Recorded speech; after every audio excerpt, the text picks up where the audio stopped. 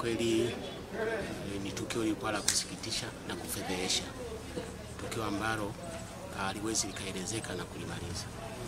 Lakini baada ya kutokea hili tukio, moja kwa moja nilitoa taarifa kwenye jeshi la polisi. Polisi wakaanza kazi, wamepambana mpaka hapo wahalifu pengine wasiwe wote, lakini mpaka asilimia kubwa. Jeshi la polisi lilifanya kazi kubwa, lilifanya usiku na mchana, na kuanzia siku ya tukio mpaka hapo baadhi ya wahalifu kupatikana wote na kutiwa nguvuni ili waende kwenye mikono ya sheria.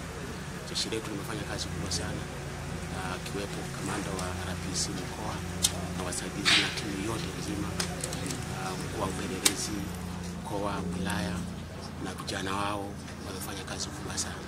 Walikuwa walali, wamepambana tangu siku ya kwanza mpaka mwisho, mpaka ilipofanikiwa kwa muda mfupi wamefanikiwa kuwatia nguvuni wahalifu.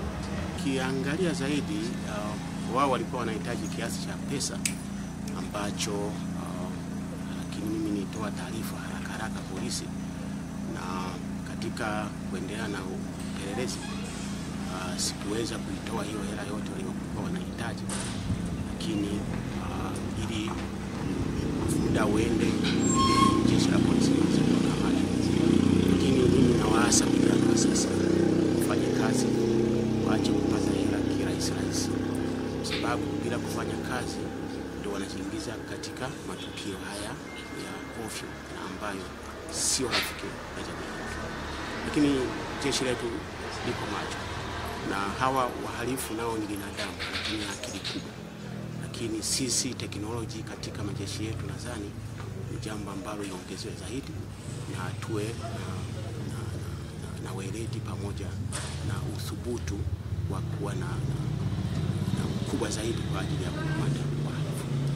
Kwa hiyo mimi nashukuru sana, nashukuru sana jeshi la polisi, kamanda wa mkoa, wasaidizi wake wote wamefanya kazi kubwa, na vijana wao wamelala wamekesha wakifanya hiyo kazi. Kwa hiyo vijana wetu ni wahalifu, wengine tunaishi nao.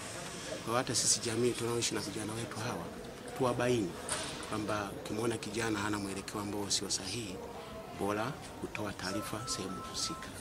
Vijana ndio tamaa ambazo zinapelekea kufikia katika hali. Kwa hiyo sisi tunaishi nao, wahalifu wako tunaishi nao, wengine sisi watoto wetu, wazazi wetu, wengine marafiki zetu. Kwa hiyo tuwe na sisi ni walinzi. Jukumu la ulinzi ni mwananchi mwenyewe.